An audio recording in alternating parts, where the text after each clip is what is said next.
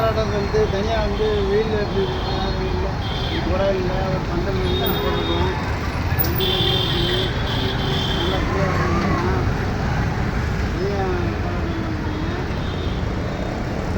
உடம்பு முடியல, யாரு வயசாகிடுச்சு. நீங்கள் தனியாக போராட்டம் பண்ணி இந்த மாதிரி ஒரு சூழ்நிலை இருக்கீங்க, மனசு கஷ்டமாக இருக்குது. அறக்கட்டளையில் நீங்கள் தொடங்கி வச்ச அரங்கத்தில் எதுவும் செயல்படாமல் இருக்குது. நான் அரங்கத்தில் வந்து உட்காந்துருக்கேன். இப்போ நீங்கள் என்ன முடிவு பண்ணியிருக்கீங்க மாமா? இதெல்லாம் சாப்பிட்றீங்களா? இல்லை அதெல்லாம் சாப்பிடுவாங்க. சாப்பாடு வாங்கி ஐயா அதெல்லாம் தப்பு. தண்ணி குடிக்கிறதே தப்பு. என்ன அவங்க நீங்கள் போராட்டத்துக்கு உட்காந்து பண்ணிட்டு இருக்கீங்களா? யாருன்னா உங்களுக்கு கான்டாக்ட் பண்ணாங்களா? கான்டாக்ட் பண்ணியிருக்காங்க. போலீஸ் தான் போலீஸ் வந்து ஒரு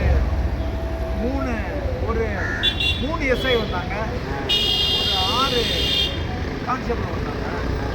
அவங்க தான் வந்தாங்க. வேறு ஆள் பார்த்தா நம்ம ஆளுங்க ஃபோனில் தான் விசாரிச்சுருக்காங்க.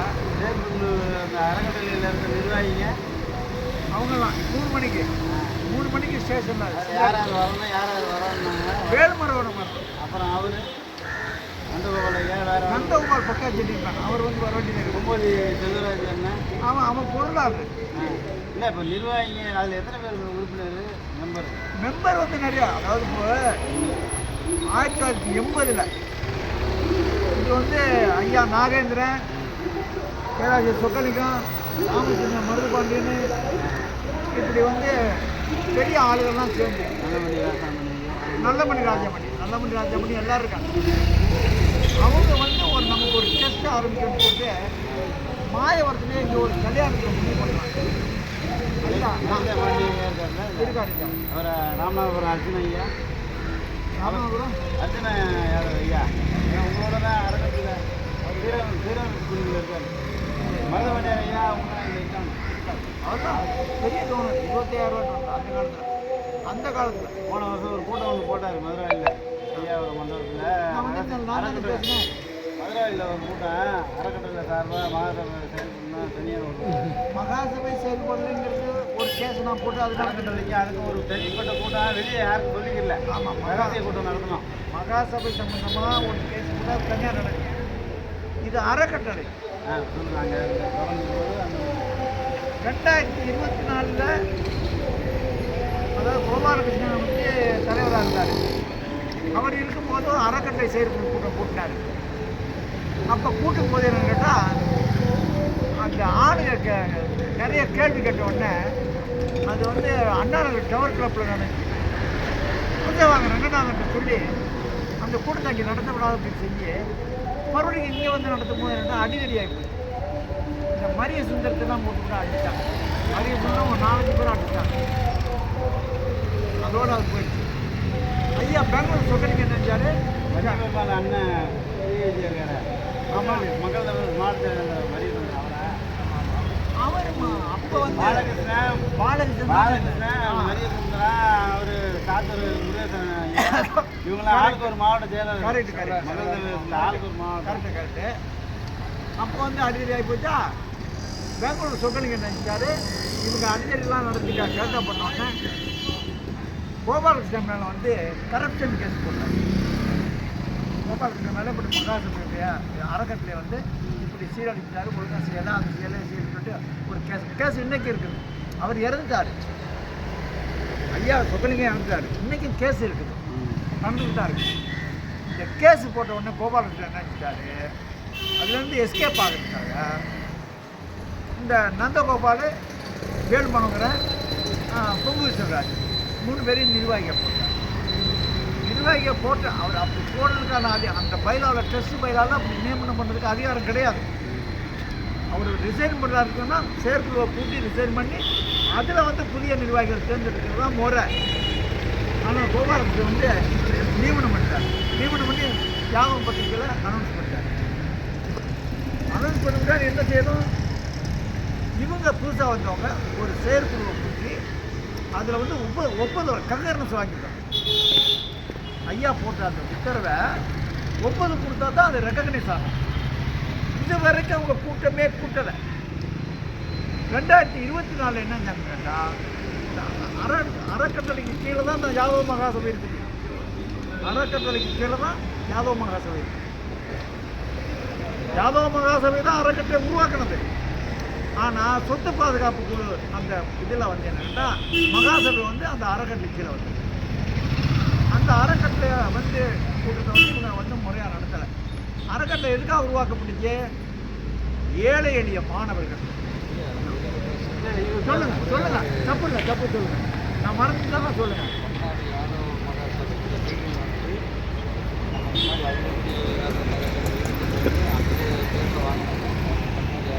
ஆமாம் ஆமாம் ஆமாம் ஆமாம் ஆமாம் இல்லை மாற்றியாச்சு, அதான் 130.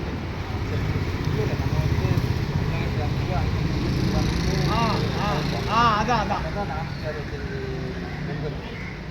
அப்போ வந்து நம்ம அந்த இதில் வந்து இந்த ஆழ்வார்பேட்டையில் நடத்துகிறோம்ல, அதில் மொத்தம் வந்து இந்த ரெண்டு ரெண்டு ரெண்டு திருப்பம் ஆமாம் இல்லை காஞ்சாங்க.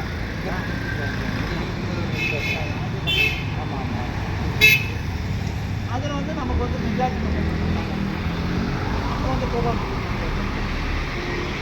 அது அந்த அந்த இது வந்து அதுக்கு மகா அகில இந்திய மகாசபைக்கு கோபாலகிருஷ்ணன் 3 நோட்டீஸ் அனுப்பிச்சாங்க. நீ வந்து பொதுக்குழு கூட்டல, வரவு செலவு காமிக்கல அப்படின்னு சொல்லிட்டு அகில இந்திய மகாசபை வந்து தொடர்ந்து 3 நோட்டீஸ் அனுப்பிச்சு. அதுக்கு பின்னாடி என்னங்க யாரும் எனக்கு வந்து அவன் நோட்டீஸ் அனுப்புறதா அப்படின்னு சொல்லிட்டு இவர் அதிலிருந்து பிரிஞ்சு 2004 நம்ம பொதுக்குழு நடத்தணும். 2005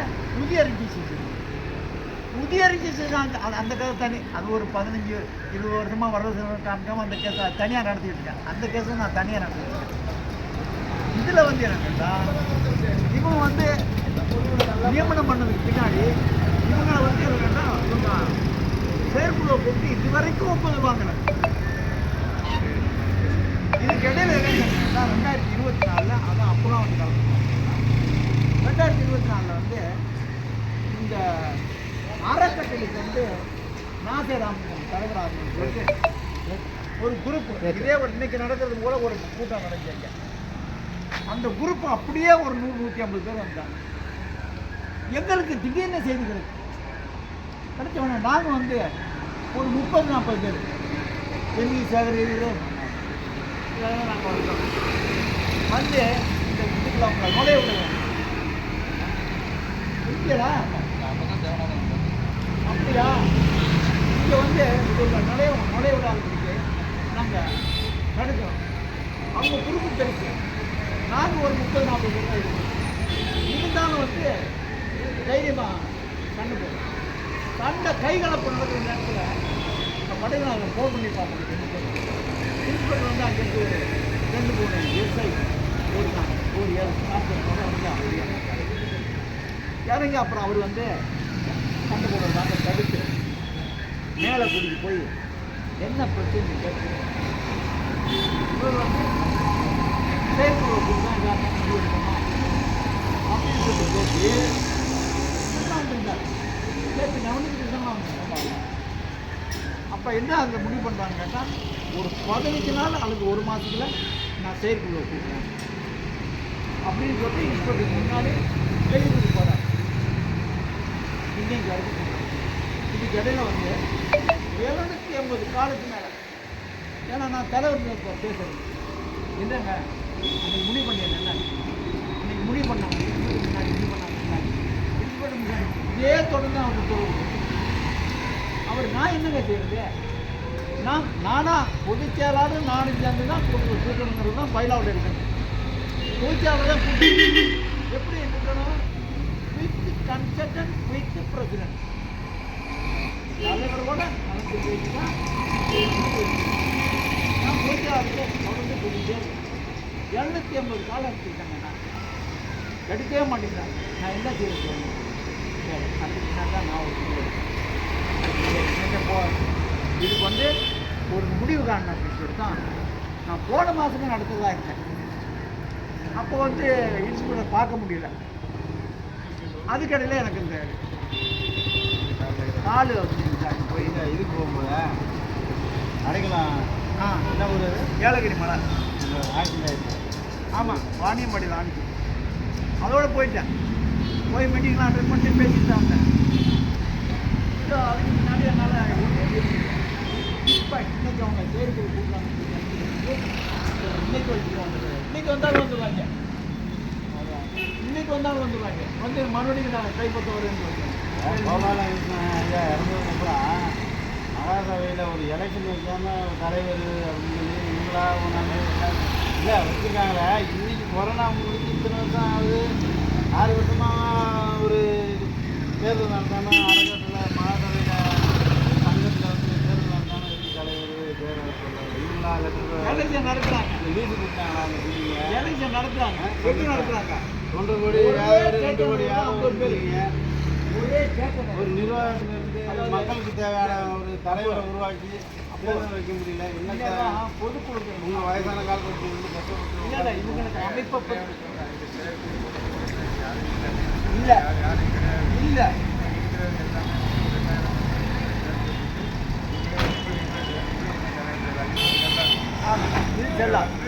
அவங்க தனியாக ஒரு கட்டணம் கட்டி அது மாதிரி பண்ணியிருப்பாங்க. ஏற்கனவே கட்டி வச்சு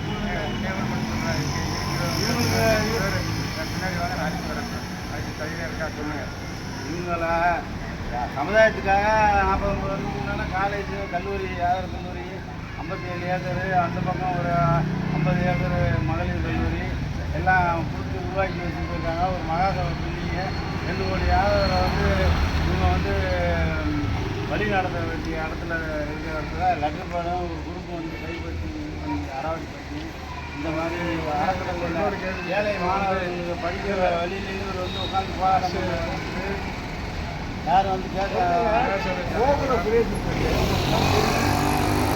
எவ்வளோ பெரிய தீவிரவாதி. ஆமாம் அது அவன் பையன் வந்து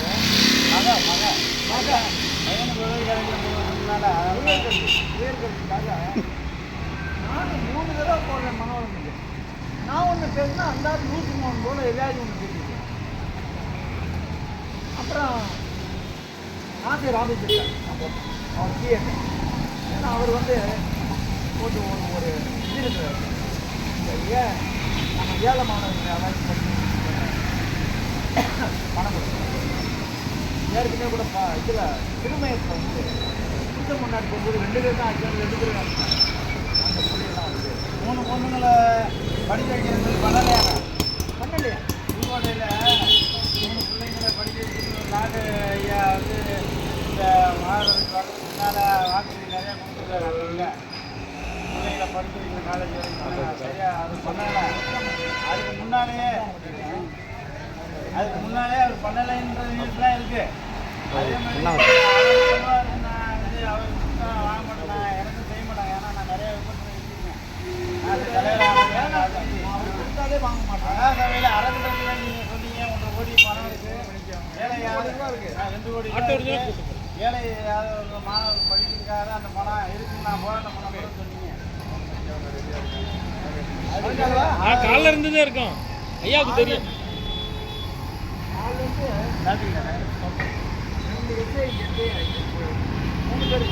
அதனால் இப்போ போகிறதா அறக்கட்டளை அவங்க எல்லாம் 4 பக்கம் 4 விதமாக சேர்த்து போட்டு மகாசபையை முளைக்கி அறக்கட்டளையை முளைக்கி கேட்காது. ஆளுக்கு ஒரு அமைப்பு 50 100 அமைப்பு மகாசபை பேரில் 100 மகாசபை வச்சுருக்காங்க. யாருக்கு மகாசபை தலைவருன்னே தெரியல. தமிழ்நாட்டில் இருக்கிற படிக்காத அகில இந்திய யாதவர் பாதுகாப்பு அமைப்புன்னு வச்சிருக்காங்க. இவர் வச்சிருக்காரு. இல்லை பேரவைன்னு இதை போல வந்து ஒரு 56க்கு மேற்பட்ட அமைப்புகள் இவர் இந்தியாவுக்குள்ள உலகமுள்ள அமைப்பு வச்சுட்டு நடத்திட்டு இருக்கிறதுனால இவர் கேள்விப்பட்டு நைட்டு பார்த்து வந்து பிளேட் ஏறி உடனே வந்துட்டாங்கல்ல. உங்களுக்கு தமிழ்நாட்டில் பிரச்சனை அவங்களுக்கு தனியாக இருக்குது. அதெல்லாம்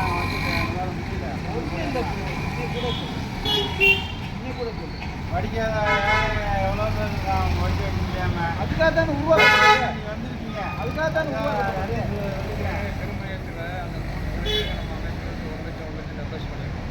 இன்னைக்கு வரைக்கும் எல்லாருக்கும் தெரியும்.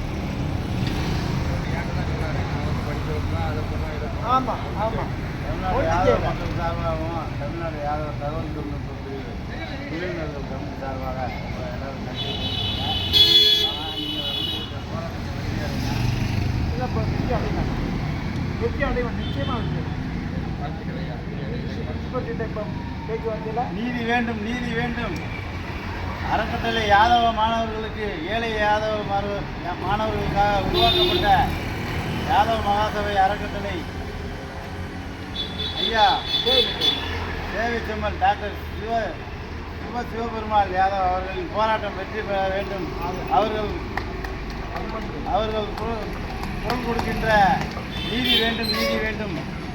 தமிழ்நாட்டில் வாழ்கின்ற சீதாரி பெருமக்கள், யாதவ பெருமக்கள், ஏழை யாதவ மாணவர்கள் கல்வி உயர்கல்வி மேற்படுத்தி தொடர்வதற்கு இந்த அறக்கட்டளையை சீல் வைத்து நீதிமன்றத்திலே வழக்காடி அறக்கட்டளை பூட்டி வைத்து யாருக்கும் உதவி இல்லாமல் செயல்படுகின்ற நிர்வாகிகள், செயலாளர், தலைவர் அவர்களை வன்மையாக கண்டித்து இந்த போராட்டத்தை ஐயா வெற்றிகரமாக நடத்தி கொண்டிருக்கிறார். யாதவர்களுக்கு நீதி வேண்டும், நீதி வேண்டும். அறக்கட்டளையை மீண்டும் செயல்படுத்திட வேண்டும், செயல்படுத்திட வேண்டும். அதாவது